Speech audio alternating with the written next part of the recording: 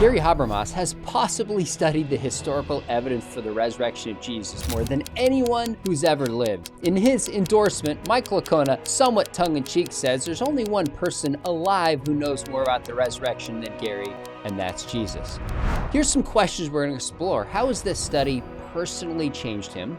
What does he think about the Shroud of Turin? What does he think about the evidence for near-death experiences, and does this contribute to the case for the resurrection? And what does he think about the cognitive dissonance theory, which was not included in depth in Volume 2, but many skeptics say this is one of the leading alternative theories.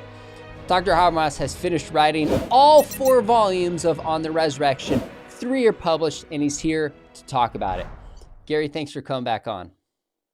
Sean, I'm glad to be with you. And while you're talking about Volume 4, when I'm doing the editing before I got on with you, and I'll go right back to you when I get off. It's the editing of Volume 4 is difficult. Well, thank you for your time. I can't wait to dive into that one. Right now, the 3 volumes that are out, I weighed them last night, Gary, and they are 13.2 pounds. That's what the 3 of them together. I've got all 3 right here, which is incredible. I'm going to hold them up. Volume 3 just came out, and we're going to talk a little bit about that. But I have kind of a combination of some personal questions for you, kind of the backstory, and then some academic questions. But if we can, let me just start with this broad one. It's possible, maybe probably, you study the resurrection more than anybody. How has this changed you? Tremendously, only it didn't start that way. Now, in a previous broadcast, you and I talked about my doubts, and that's what led me to it. I went on for almost 24 years in doubt. And one day I opened up a book. It was a little tiny Bible commentary for lay people. And that's what I was in those days. And I read the sentence, if God raised Jesus from the dead, he must be who he says he was, because God wouldn't raise a heretic. And I thought, that's beautiful, that's great, but I don't know anything about the resurrection. So the resurrection has to happen for this sentence to be true. And that launched the study. It took me a long time. In fact, a lot of people know this, I've told the story, but after my PhD, I only say this so people don't think I was 10 years old or 15 years old when this happened, but after my PhD was the struggle that I've talked about with Buddhism, not proper Buddhism, but the argument that says Buddhism is the proper metaphysical view for modern physics. And I got into it quite deeply. And Sean, I will always remember the night I got up, it was late, I was working, probably midnight, and I said to myself, wow, is there any chance I already crossed the line? And I dropped down on my knees by the couch in my living room, and I confessed to the Lord that I would even start to study something so stupid. And after that, I took notes and I wrote about 35 refutations of that view. It's still in the back of the book that influenced me.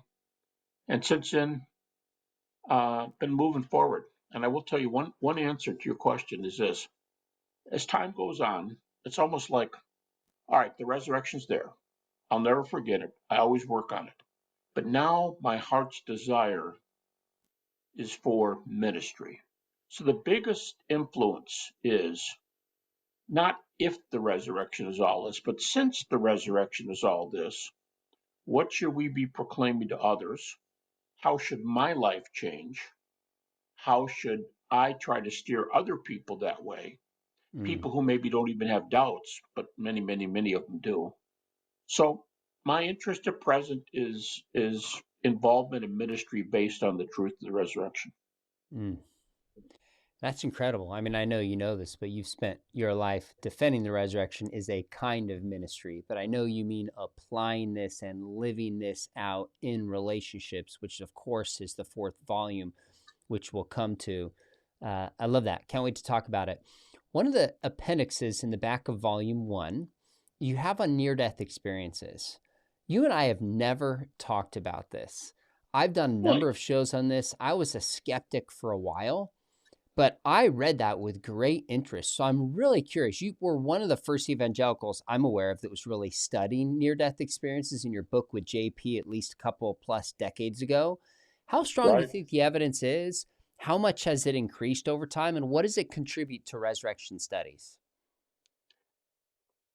Well, maybe the best way I could say how strong is it is that I wrote an essay in a two of my three big essays are with um, uh, a secular book, and one was the Blackwell companion to substance dualism, Mm-hmm. and I did a. You'll get a kick out of this. JP is one of my closest friends, and he was in that book, and he was editing it, and he said to me, "You know the way JP talks, dude. You're the only empirical chapter in the book, okay? All of us are struggling to get some philosophical ideas across, but you got the empirical angle. Don't blow it." That's what he said to me I love it. before I did that chapter. I love it. So I did that. I think 016 it came out, and I referred to 300 evidential cases. Then I wrote a second one for Discovery Institute Press, Dembski and Meyer and all those guys, Intelligent Design. That's out now. That's a book defending dualism. And I said to my editor, um, who's one of the intelligent design guys, he's a physicist, his name's on the book, editor. And I said to him, look, I think we know each other pretty well. I said, I'm going to make a comment. You feel free to disagree. But I said, I love intelligent design. I love fine tuning. But I'm going to say the evidence for near death experiences is at least as strong as either of those, Mm. maybe stronger. Mm. Now, today, wrote my third involved essay on NDEs, and it goes in another version of Blackwell, and it hasn't come out yet. But in there, I go from mentioning 300 evidential cases, and I think 2016, to 500 Mm. evidential cases now for NDEs. And some of them, Sean, if I were the skeptic, and I spent enough of my life as a skeptic, I used to debate Christians, and I spent enough of my time thinking that way. I couldn't get out of it if somebody asked me. To me, intelligent design and fine tuning, they're a little more open ended. But NDEs are like them, and that they're not an argument from Christianity, it's an argument from natural revelation. But if it happens, here's um, the relationship with the resurrection. If there's an afterlife, I think it's so incredibly likely from NDEs alone, although my last essay gave 4 different arguments for an afterlife. If there's an afterlife, then critics have 2 major problems. Often they're defending naturalism or materialism without proof for their view. Mm. Bertrand Russell said he can't prove God doesn't exist. They don't have a backup for their view, and yet they make fun of anybody who believes in God, miracles, afterlife, the Bible, anything. They can't defend their view, and I want to see them blow away the NDE argument. And if they can't, then you have an afterlife. And here's my argument. I say it in that appendix. If there's an afterlife, you as a critic have to be more open to my argument for the resurrection, because the resurrection is a specific sub-argument within the category called afterlife. Mm. So that's why I use it to get to there is life after death. Let me tell you the best case for it. That's the 1-2 punch from NDEs to resurrection. Folks, if you're watching this and you're thinking, all right, I want you to go do a deep dive with Gary and go into some of these 500 sources. Let us know, comment below. We could have him back and go into depth on that one. But that makes sense. In the class I teach on the resurrection, Gary, I give a section on near-death experiences, and I say this tells us that life continues beyond the grave. We're not material, and it gets us closer to a resurrection, open to it, certainly not to Jesus being God of the resurrection, but it's piece of a more cumulative case. So I actually frame it very, very similarly. So let us know, folks, if you want Gary back to talk about that. Let's shift to another topic I know you've written on, the Shroud of Turin. What's your take on the latest scholarship tied to that, and how does that potentially help resurrection scholarship? That's a yes and no. I would much rather you bring the NDEs over toward the resurrection than the shroud, even though the shroud would not be, if it's what a lot of people claim. It's not an argument for natural revelation. It's an argument for Jesus rising from the dead. So it would be closer to home. Okay, I asked my editor, should I put an appendix in volume one Mm, on evidence for the shroud? And he said, look, he said, here's my view. He said it ballooned into such an incredible topic today. I think people will be reviewing your book. They'll be talking about the shroud, not about the resurrection. He said, you're less sure about the resurrection, you are about the less sure of the shroud than you are about the resurrection. I said, exactly. Then you're using a lesser argument. So now you're addressing attention to a lesser argument. mm, And he said, and there's a lot of people who's going to go off on the shroud who wouldn't necessarily go off on the resurrection. So now critics have already written a couple of reviews, and they'll say things like, one guy said, he mentions the shroud in volume one. I forgot what it was. He mentions it 32 times. Sorry. I mentioned it most likely in endnotes where I'll say, and if the shroud is Jesus's, this adds an argument against this view, or whatever it is I'm talking about. But I yeah. do not have a section on the shroud anywhere in the 3 volumes. Mm, The latest arguments, critics have the a lot of the criticism has been toned down in recent years, in my opinion. Ever since the carbon 14 was blown up a few years ago, it was blown up severely in 2 or 3 ways. But the main way was a group of 4 scholars, 2 in statistics and 1 textile expert, and the main author had done an article years ago for a prestigious journal called "It was on the minimal facts of the Shroud of Turin," which is really creative. And these guys, what they did, the 2 PhDs in statistics, they said they filed a Freedom of Information Act a few years ago. It took them a couple years to get the laboratories and the dates, and the dates were all over the map. And you think, mm, well, how did they get that medieval date? Well, you can't use the dates and back it up. So I guess we had the guy at our school. I got to hear the guy. We heard him speak, and Mike and I knew him Mike Lacona and I knew him a long time before because he asked for permission to use minimal facts of the shroud. Um, I think the way it happened was this: the PhDs in statistics said, "Look, this is a huge faux pas. You've got dates, and if the dates are legit, and there's a lot of arguments against that, but we're going to let that go. If the dates are legit, you don't average dates to get an average date. That's not how we do stats." And they the article was accepted by the Oxford Journal, um, and that I think the journal that either the editor or the journal itself was one of the ones that gave a report for the 1988 carbon 14 shroud great. as a fake test. So Huh. the editor thought, the editor at least thought this is a good comeback, and it's been out there. And the the, the 88. If somebody says the 88 argument ends it and doesn't mention what's happened, uh, they're just parodying something and not reading the data because it's a Mm. substantive critique that it goes like this in one sentence. We don't know what the date is, but it sure isn't the one you guys came up with. All right, so let me lean into this one a little bit. You can obviously answer however you want to. I heard you, gosh, maybe it's a decade plus on Stand to Reason talk about the shroud, and I think if I remember, you're like, I'm about 80% sure it's confident, but it goes back and forth. How Yeah. you said you're more confident in the resurrection than the shroud. How would you place your level of confidence, whether it's a number, a letter, just an adjective, and how would you place your confidence in the shroud?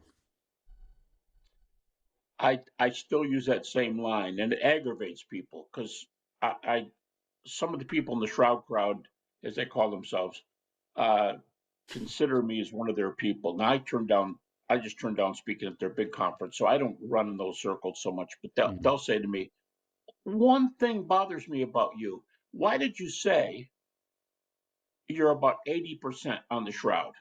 That's a C. Actually, I only teach PhD courses, and a C in a PhD course is flunking. So 80 is not, I know that's not a good comparison, but a C is nothing to brag about.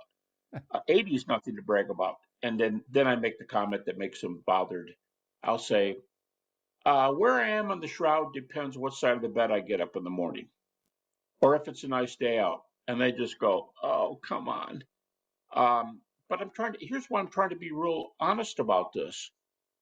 The Shroud, any kind of inductive argument can only be true probabilistically. Anybody who studies inductive arguments know that.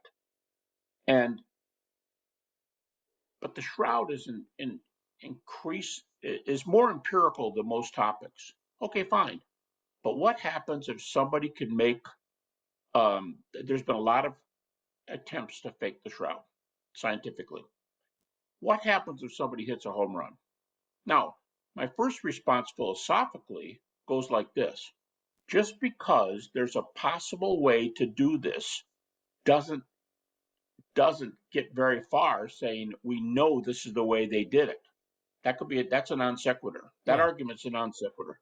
But if somebody can fake it, that would reduce my thoughts. And if somebody would push it and then find out that this was used in Nice, you know, France or Italy or somewhere back then, somebody did some, I know that I'm around the corner from letting this thing go down from 80. So I have to be open. But I will tell you right now, most of the tests that are mostly done in Italian universities with laser technology, physicists, I mean, really well trained people. By far today, there's a bunch of different ways to get to the fact that the image on the Shroud is apparently a scorch from a dead body that was crucified and compares favorably to all the ways Jesus was crucified. Now, by the way, somebody just said recently, all right, fine. So it looks like a scorch, body crucified, looks like it could be Jesus. All right, here's my conclusion. They crucified some poor soul, made him exactly like Jesus, as nearly as they could get it from the Gospels. And we don't know how the image got there. We still have the same old problem. We don't know how the image got there, but it could have been a crucified person other than Jesus. And my comeback is of the 10 major pro arguments for the authenticity of the Shroud that can't be explained presently, the problem is doing it that way with some poor soul that they crucified isn't going to explain any of the evidences, because they can't. The evidence is frequently, as one of the Shroud team said to me years ago, they contradict physics. They seem to contradict physics, what's on the cloth. And so to say they killed this guy and did it, you're going to have all the same contradictions. So I think the Shroud's got a good case.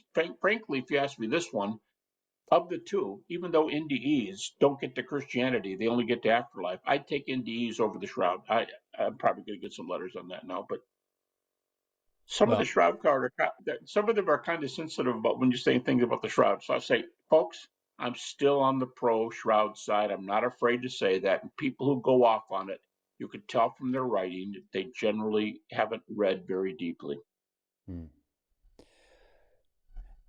That's helpful. I have not done a full show on the Shroud. Folks, if you want to bring Gary on and do a show on the Shroud or have someone else on, comment below, and I would consider that. Even though I teach on the resurrection, I've never done a program on it in any depth. Let me know if you want me to cover it. One critic wrote this, and I think this is in relation to your second volume, Gary. I put on X and I put on some other areas questions for you about this. And someone asked why you didn't address the cognitive dissonance theory in your second volume, where you specifically have naturalistic hypotheses. Couldn't find it in the subject index. Well, in the third volume, you address it in a different way, how other scholars respond to it. So you do address cognitive dissonance, but more importantly, if you had 2 or 3 kind of criticisms for that view, and maybe just clarify for people going, what exactly is a cognitive dissonance naturalistic hypothesis? And what are maybe a couple of reasons why you just don't find it compelling? Yeah, that's one of the main reasons I didn't cover it in very much detail in volume 2. And I will say that in volume 3, I've got pro and con scholars. Most scholars by far don't like it. It's not a very popular theory. Somebody throws it in when they can't make the swoon theory work, or they can't make hallucinations work, or they can't make the big boys work. They throw it in like I got my fingers crossed that you haven't heard this one before. They don't say that, but they go, yeah, what about cognitive dissonance by so-and-so in 1970s and this, whatever. I don't consider it a major theory. Now, here's a little definition. Cognitive dissonance can even be true. It's not, I don't know anybody who argues it can't be the case, but it doesn't describe the resurrection. Cognitive dissonance is a view that is often applied to the Seventh-day Adventists or the Jehovah's Witnesses or groups like that who made prophecies. The famous one, what was it, 1844 for the Seventh-day Adventists, and they sold their goods. You can help me there, Sean. Didn't they go out in the mountain in white garments and wait for Jesus to return? And he didn't come, but they sold their homes and they sold everything. And what happened when Jesus did return? Well, then almost always the move will be, we refigured the numbers. It's next month. Okay, great. We'll do it next month. So you go and do it next month, and he still doesn't return. So we would think these people would turn and walk away, right? Well, many of them did. But cognitive dissonance says, no, some of them bore down and got even more radical and said, oh, well, we said Jesus was going to return. We misinterpreted return. What really happened was he entered into the Holy of Holies in heaven and gave a sacrifice for us. So 44 is still a key date in our history. Or JWs know, I just heard somebody say the other day, Jehovah's Witness expert, who said there's been something like 50, a large number of false prophecies. Like Jesus is supposed to come in the 1800s, he was supposed to come in 1914. What you got in 1914 was a world war, not a return of Jesus. And even I have an article in my file from one of the major news magazines in the world. It's not religious at all, and they gave a prediction that the Armageddon was going to begin in early 70s, and the whole world was going to be in a great conflict. I mean, Jesus is going to return, and it didn't happen. See, and in most of those cases, dissonance theory says that many of these people, they shouldn't say most, but many of these people return to the faith with a new interpretation and a greater depth of faith. So maybe the disciples were like pretty good believers before Jesus died, but then Jesus died and they were shut behind closed doors. Gospel of John says the men were hiding for fear of the Jews. So they're in a bad state, despair, depression, everything. But then out of the ashes, somebody breaks forth with this. Maybe he's alive in heaven, like Jesus took his blood into the Holy of Holies. Maybe Jesus went to heaven and took his blood with him, or maybe, and they'll think of something. And then when the disciples went out, and you're the guy that wrote the book on how many of them were martyred, and of course we know that for the big three, Paul and James, the brother of Jesus, and Peter, we have first century references for the martyrdoms of all three. And you defend some, qualified comments on the others. So it's a little bit hard. I think cognitive dissonance just doesn't have it. If you're going to make it a side category and you're going to say, oh, this big theory that explains everything can do it, and we know what those would be, again, hallucination, whatever, so on. And then you want to say, oh, in sub-argument, in dissonance, sometimes people get more excited, so that would maybe help us understand their transformations. But it doesn't explain how Jesus died or didn't die on the cross. That creed in 1 Corinthians 15 with the Jesus seminar says either the parts of it or the whole creed predate Paul's walk to Damascus. I mean, that's first 2 to 3 years. Is that creed in 1 Corinthians 15 with the appearance of the 500? And but dissonance by itself, I don't think it's going to get us to first base. I just don't think it's a good theory. Just because some people go back off the mountain and are more dedicated to their faith doesn't mean their faith is true. And it is true that many of them left. When Sabbatai Tzvi, when the famous Jewish prophet figure, when the Muslims captured him and put him under house arrest, they told him to go out and tell the crowd, you're not the Messiah. And he went out and he told the crowd, I've just Hmm. had a vision from God, and I'm not the Messiah. Then they said, hey, one more small thing. Go tell the crowd to convert to Islam. And he went out and told the crowd to convert to Islam. And you say, well, see, he wasn't willing to die for his faith. And later he died, I believe, under house arrest. So there's the opposite kind of cases. And Sabbatai Zevi is huge. But he walked away. He changed the whole thing, including you guys become Muslims. So we don't see that with the apostles. Their faith was so deep by comparison. The minimal facts are all firm. Um, I just I don't see anything, to those attempts. And of course, a couple of the known facts that would be a particular problem, even if you got the disciples, would be what cognitive dissonance did Paul have? What Sure, cognitive James. dissonance did James have? And Either how you've does got to, cognitive dissonance empty the tomb? there you go. That's one thing Craig said in his response. He said it doesn't explain the appearances, it doesn't explain the empty tomb, That's right. at best, the That's right. origin of the Christian way. And I think you're right. There are examples historically of cognitive dissonance and people sticking Yeah, with the belief when proven wrong. that's But right. you've got to That's map right. that onto the resurrection and explain why it's the best for the known facts. That's right. That's where I think it falls short. I All right. guess in a sentence, it explains far too little.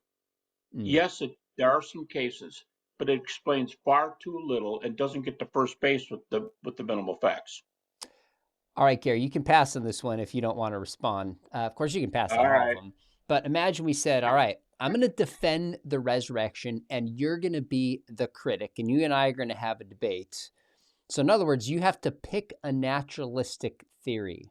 Which one, if you were forced, would you pick and why? And then, of course, I'm going to ask your critique of it. But I'm curious, after all this resurrection study, if you just came to the conclusion God doesn't exist and Christianity is not true, which one do you think you would pick?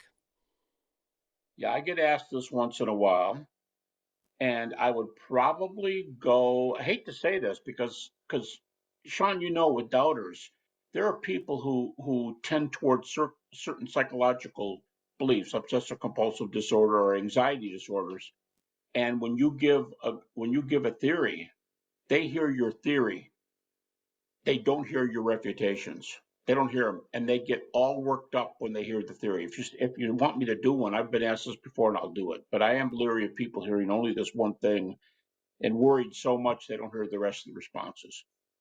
But I would take some version of hallucinations. Hmm. However, is as the data go on, I think hallucinations are getting worse, and they were never great, but I think hallucinations are getting worse and worse as it goes on, not better. Today, um, there's a reason why a number of people who used to hold or lean toward hallucinations say, I'm not going to take a naturalistic theory anymore. And two of the big proponents of just one theory. See, ask yourself this question. How many big name scholars do you know who take one naturalistic theory and they're willing to go down with the ship? They'll go down with the Titanic if you sink this theory. And two of them died in the last few years, and almost none of the big names who are doing it. One is Garrett Ludeman, who took Yeah. hallucination, and one is John Shelby Spong, Mm-hmm. who is not your critic's critic, but he's more pastoral. He's but in his duties, but he did teach a course on the resurrection, I understand, at Harvard Divinity School. So, and he took this it's been called the Peter's happy hunch theory, this Oh, yeah. intuitive theory. Yeah, but what I mean is those two went down with the ship. They went down with the Titanic. But Mm. today, more and more critics are saying, I don't know what happened. Now they've been saying that for decades, but I don't know what happened, Mm. and I'm not going to pick any one theory. And here's the Mm. most common response. Sean, I might use this one Okay. because this is better than a single theory where you can nail them with the refutations. I Okay. would, and it's not a naturalistic theory, so I wouldn't be answering your question. But I think the most common theory today is this: You guys are so silly. There are no supernatural things in the world. There's no miracles. There's no evidence for anything. No double-blind prayer experiments. None of this. None of that. People aren't, you know, seeing this and being raised from the dead and all that kind of stuff. There's no supernatural world. So I don't care what evidence you're going to give. All I'll tell you is it's not a resurrection because those things don't happen in this world. In other words, it's a view that assumes naturalism or materialism and won't listen to any other views, as opposed to one that uses a view. And that's why, by the way, Mm. I'll just say this, and you can hop on it. I'd love you to. At the end of volume 2, I have an appendix on is naturalism true? Yep. Is naturalism or materialism true? And the big thing is you can't prove them. I mean, Bertrand Russell said Mm. that, and a number of the major scholars today are saying you can't prove naturalism or materialism. So when someone says to me, that's not the way the world is, I go, time out, time out. Let's just stop. You've asked me for evidence for the resurrection. I'm just making something up. I gave you 10 or whatever. I don't have here a single evidence for your materialism slash naturalism. Let me just stop, let you have the floor, and give me 10 reasons of similar strength for why naturalism and materialism are true. It's And good. you know what they usually say? They usually say, they'll say, "Oh, I don't have any burden to prove that. I only say I'm not a theist." Okay, fine. But if you can't prove your view, don't use it against my view and against my Mm. reasons when you have none. And I always cite Bertrand Russell because he says for a theist, you need God and an afterlife. Then he says for Christians, you need God, the afterlife, and something nice about Jesus. This sentence is real funny. Something nice about Jesus. You have to at least believe that he was a pretty good guy. That's what Russell says. That's fun. Uh, but then he's asked. They say, "Well, can you disprove God?" And he goes, "No, you can't disprove God." Thank you, Bertrand Russell, who, Mm. before he died, he was probably better known than Anthony Flew as the best known philosophical atheist in the world. Mm. So if you can't show naturalism's true, shut your mouth, put run in your mouth and say there's no such thing like your view, because I can give you double blind prayer experiments that have been written up in non Christian medical journals.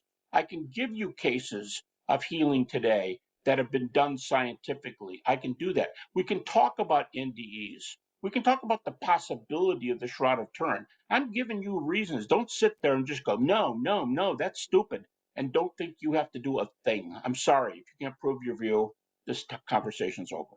Mm. So that's probably the one I would go with, was the naturalism. But if you want to go with the naturalistic theory, I don't like I don't like hallucination at all. But I'd take a view of it, probably an angle on hallucination.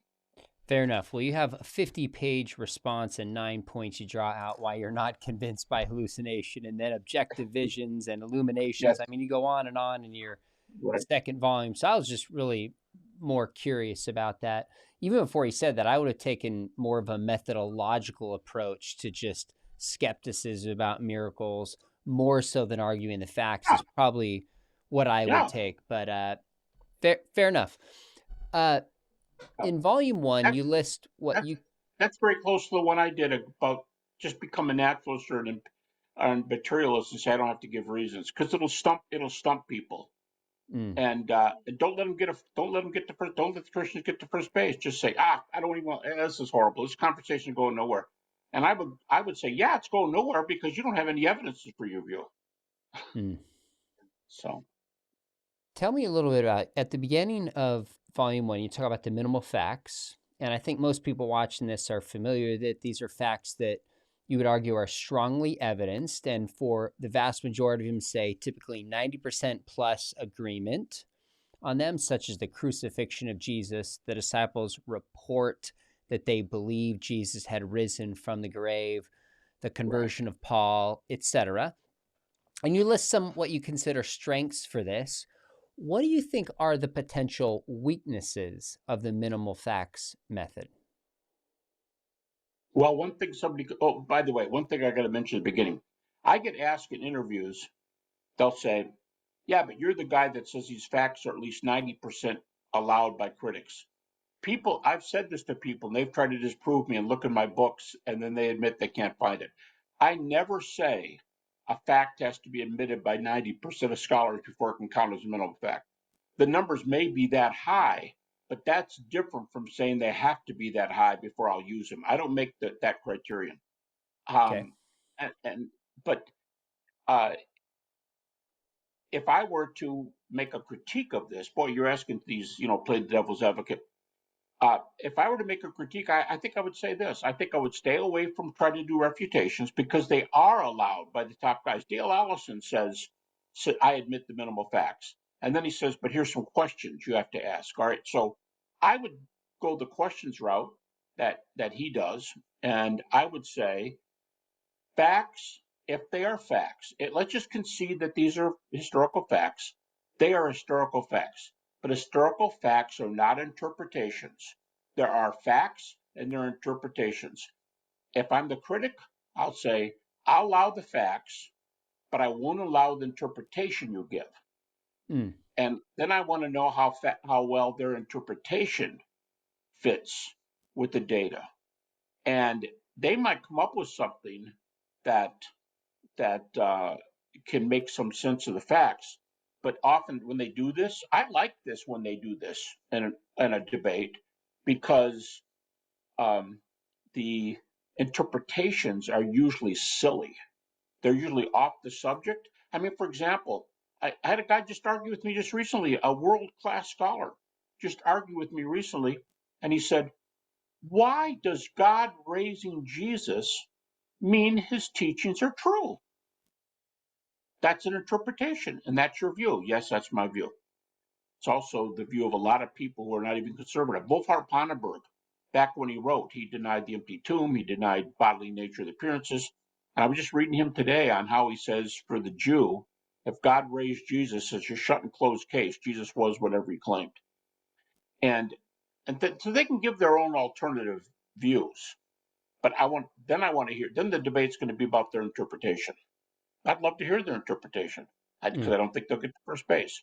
But I would try to draw a distinction between facts. I don't think you're going to make it going against the facts.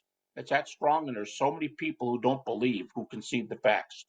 I think that you got to say the facts don't prove it. And again, you go, well, how would they do that? I already gave an example, and you followed up with your version of it, how you do it. If they say, yeah, but there's no supernatural world. So you lose me when you say resurrection because no resurrections happen. They're not in the world. There's no miracles. You can't prove it. There's nothing in black and white, no photographs, no whatever. So I don't know what the answer is, but it's not yours. And then I would go piece by piece and say, give me a better theory. You say, I already did. Yeah, but here's the problem. You can't prove naturalism or materialism. And if you can't prove your underlying view is true, don't use the view that you can't or won't prove to argue against mine with evidences, empirical evidences. So I asked you this in a different conversation, but I'm curious if you've thought about it anymore. And what your take is, there's a lot of graduate students and apologists who want to keep writing on the resurrection. And I'm wondering what areas you think people might still be able to contribute to. And I ask because for me, work on the apostles, published it, did a 10-year update where I nuanced some stuff, but there's still some questions like in Thomas, is the Acts of Thomas independent of some of the oral traditions that come from the South, for example? And, untangling that, some of the traditions really could answer the question whether we have one source or two. And there's some work that could be done there. What would you say on the resurrection as a whole, areas that could still be developed, or suggestions to others who want to keep doing research here, or if you think we've made the case? Well, I think I've made the case in the alley that I was traveling in, which is to say, all the evidence says it happened. Naturalistic theories don't work. The third volume says, here's whatever it is, 600-ish scholars, and their pros and cons with almost no apologetic argumentation. And the last one says, volume 4 is split in two. How does the resurrection ground Christian theism? And secondly, how does it ground Christian practice? For sure, I would think what I did in the last volume. It's the shortest volume. Oh, Manuscript-wise, it was only like 740 pages. And they reminded me that the head editor there at brought me home, and I said, "Yeah, my fourth volume's not going to be as fat as the other ones." And he said, "I just remind you, in your contract from years ago, you told us that volume four wouldn't be as big." So I was glad he nice. remembered that. But I think there's a reason my volume four takes two topics, which is Christian worldview from the resurrection and practice, pastoral practice. It takes two uh, big subjects, and it's shorter than the other ones. What does that tell you?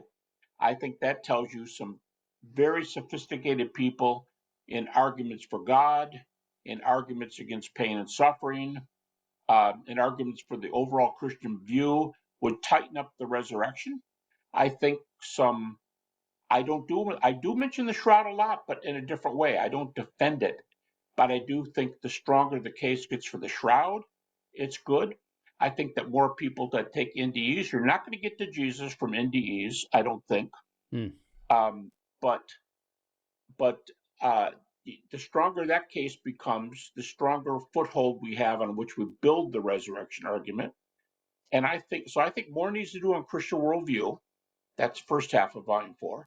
And I think a lot more could be done on Christian practice, Hmm. ways pastors can take the resurrection. And I deal with about 8 topics there, like doubt. Um, what do you say at a funeral? What do you say to someone who's lost a loved one? Uh, what about the resurrection and Hmm. sin? I got a portion on that. Resurrection and sin, resurrection and heaven. I asked the question, what do we know about heaven? If all we know about heaven are data about the resurrection, just from the resurrection, what do you know about heaven? A lot of those topics can be developed a lot more. I think they could be developed by people who are counselors.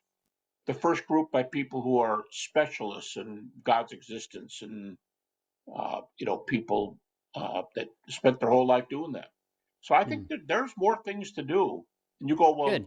yeah, but they use the resurrection, but they're not the resurrection. Well, I say the deeper the resurrection question becomes, the stronger the overall product will be.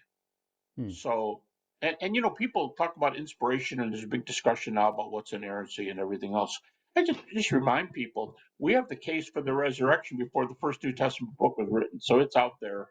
Hmm. It's out there very, very early in the creeds. The creeds is a great topic to go on. Build a case of the Okay. resurrection? Use only the creeds that we can reasonably date before First Thessalonians in 50 A.D. and maybe in the 30s A.D. So any of those, people could take what I take and do a better job on some of those things. So That's great. Love it. You last time we talked, you said a book. I was just looking around here for it. I couldn't about a Jew who examined the resurrection and then became convinced yeah. that it was true. In your Yes, scholarship, how many Jewish scholars that are not messianic that don't believe in Jesus engage this evidence, respond to this evidence, or do most of them just not even deal with it and consider it? I think given the number of Jewish scholars who work close to this, where resurrection could come into something they're saying, um, not very many do it. Now, Hmm. there is a book published years ago, a doctoral dissertation on Jewish views on resurrection, and and about there's about 3 scholars listed in there who are pretty positive to resurrection. Pinchas Lapid is very well known because he Uh-huh. affirms the resurrection. He called himself a Pharisee. He affirms resurrection of the body, and yet he gives an intriguing reason as to why he doesn't need to become a Christian, even though Jesus was raised from the dead. And basically, he takes a view of a guy named Franz Rosenzweig, who around the turn of the 1900s was a very famous intellectual German Jew, if I remember correctly. And Rosenzweig's view goes like this: um, Jesus is the Messiah of the Gentiles. He's the Gentile Messiah. He's not the Jewish Messiah. And Jews come through the law because that's the Old Testament and they're God's people. They are exempted. They come through the law. but everybody else in the world comes through Jesus Christ. Mm, And he gives us kind of this idea. It's a pretty high view when you think about it, because like 40 million people in the world are exempted from billions and billions. But Lapid does that. Geza Vermesh was professor of Jewish studies at Oxford, and Vermesh was a Christian for a while, and then walked away from, went back to Judaism. mm. And he says in his little book of Resurrection that he wrote a short time before he died. He It's hard to get where he is. It's hard to see where he is. He refutes naturalistic theories. He gives positive evidences for the resurrection, and then I think he says, I'm agnostic. And even that Interesting. you got to read between the lines. This uh, last fellow I was referring to is a professor of theology at the seminary at Seton Hall University. So he got a major position, and he was not just thoroughly Jewish from an Orthodox background, but he was a Jewish skeptic. He he went off on religion as a whole, and he debated Jews, he debated Christians, he debated everybody. And then when he studied, it's really what got him was the creeds and the minimal facts. I don't mean mine. I don't Sure. mean he cites me and cites them, but that's not what I'm saying. I'm saying he uses a group of facts that fit the same criteria Mm. with the creeds, and he says this is. Oh, by the way, something in that book, there's a little bit of a return to Isaiah 53 as the text that 1 Corinthians 15 does in the Creed when Paul says he died for our sins according to the scriptures, buried, and rose again from the dead according to the Mm. scriptures. And for years, people said, nah, the old Jewish commentaries, you don't get anything in Isaiah 53. A few of the books are saying that Isaiah 53 does figure in Jewish thinking. Mm. And that's an exciting. By the way, that's something that more work could be done on. Ah, there you What what go. is the text? What is the text in 1 Corinthians 15 when Paul says Paul's saying it, but it's not his creed. He says he that uh, I delivered to you that which I received. Christ died for our sins according to the scriptures, buried, rose again. He rose again, appeared, and twice he repeats according to the scriptures. But Yeah. I'm asking, what's the one for the atonement? Died for our sins according to the scriptures. What scripture is that? And that's a really interesting question. Hey, and another one that people are working on for doctoral dissertations, the so-called Q comment that's Oh, in Matthew and in Luke about the prediction that Jesus made about rising from the dead. That the rising part is not in Luke; it's in Matthew, but the rest of it's there. Dissertations have been written on whether Luke knew that and whether he didn't put it in for some reason. But that whole thing about that text alone is big. The Acts sermon summaries, which are another species of creed, the Acts sermon summaries, Acts 1 through 5, 10, 13, and maybe 17, contain major passages from the early years. Some scholars say it's the earliest creedal material of all, and resurrections in every one of them. mm. I remember you saying that. I went through that very carefully in some of my work just to be confident that the apostles believed Jesus had risen and it was a part of the kerygma. And it's remarkable how it's just like a golden thread through the book of Acts and in all of It their is. speeches. So that's It that's is. pretty remarkable.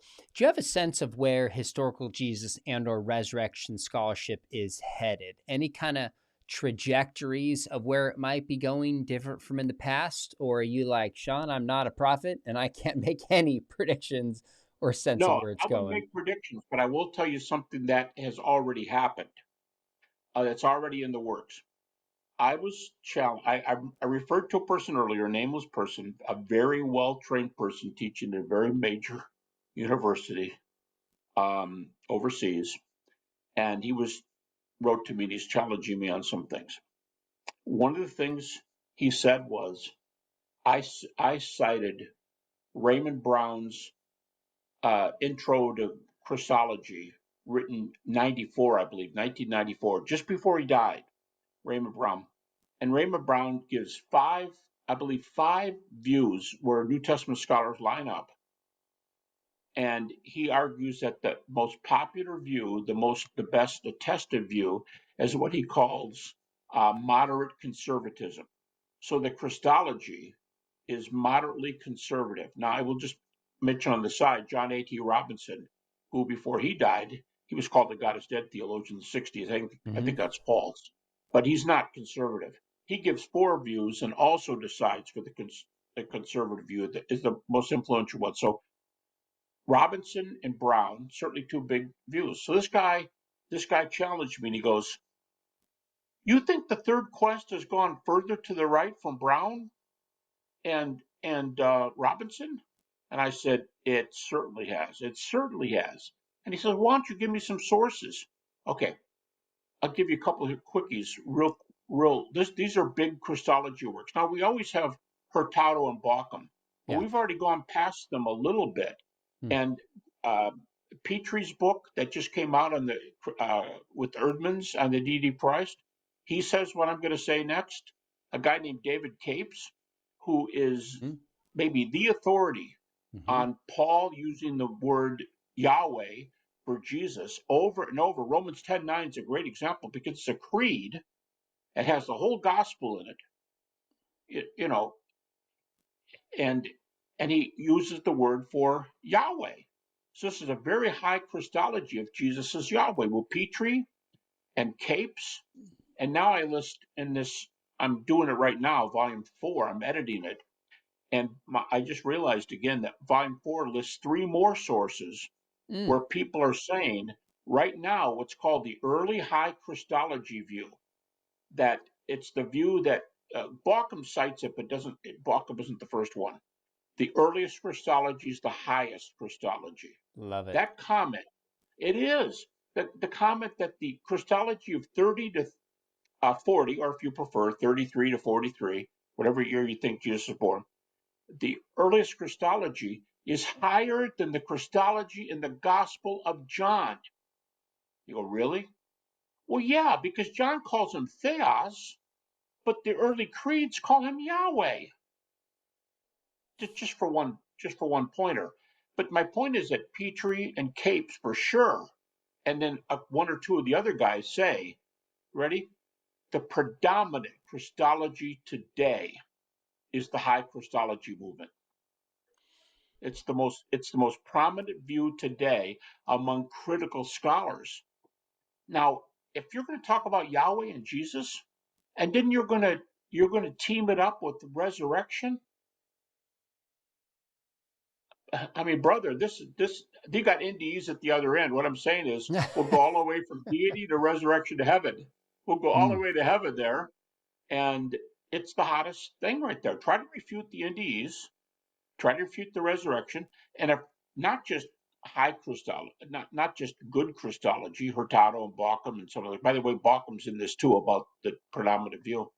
If it's the hottest view today, I'm going to argue that out of the third quest for the historical Jesus, the third quest has spawned this high Christology view.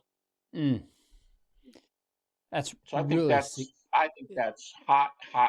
And when you put it with resurrection, where guys are backing off naturalistic theories and saying, "Well, I'm not going to take one anymore. I'm just going to say those things don't happen today," and you go, "Time out.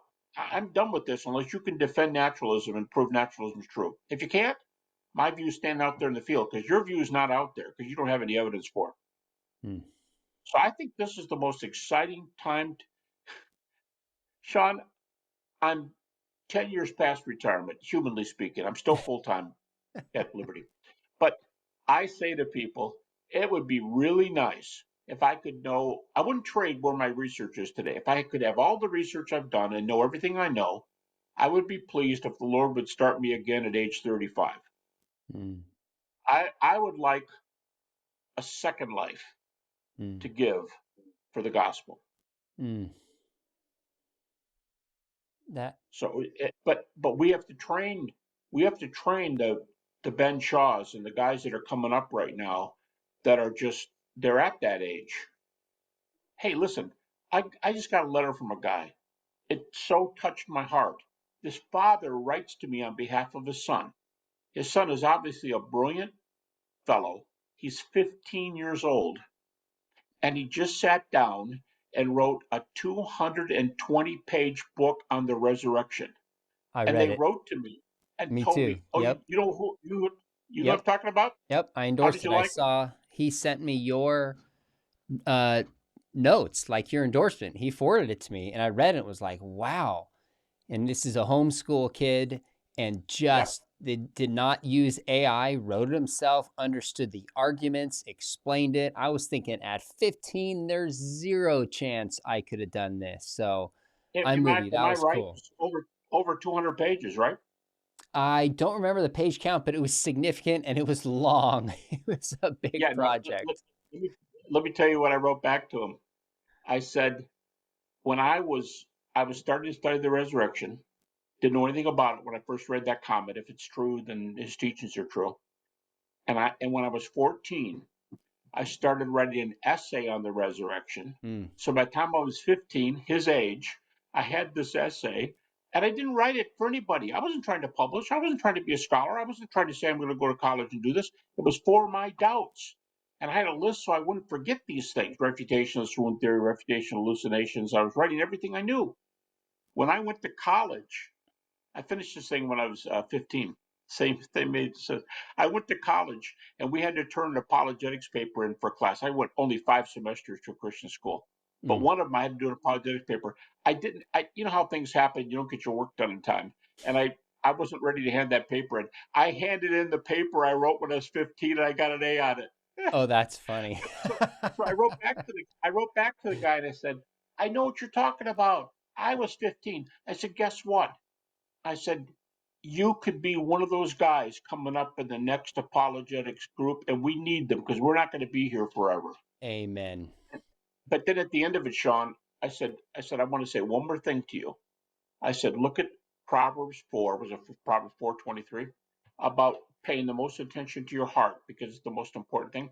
I said, most people are going to fall away for emotional reasons, not for factual reasons. Mm. You've done the factual reasons here. Mind your heart.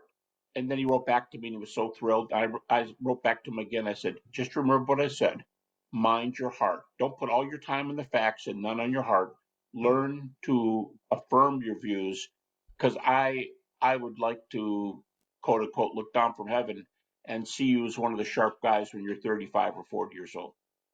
Amen. I love that. Well, this in some ways this is probably a good note to end on because one of the things you do a lot like my dad is you make a case for something, but you care about the heart, care about character, care about treating people kindly.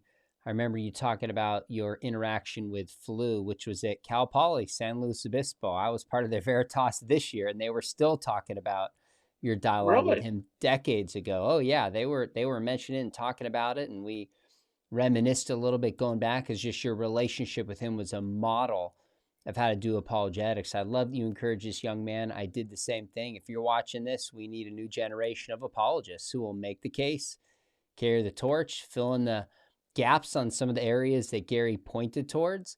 But most important is mind your heart above all else. That it's Absolutely. so good. I went through a period of doubt. It was intellectual and there was a big emotional component to it.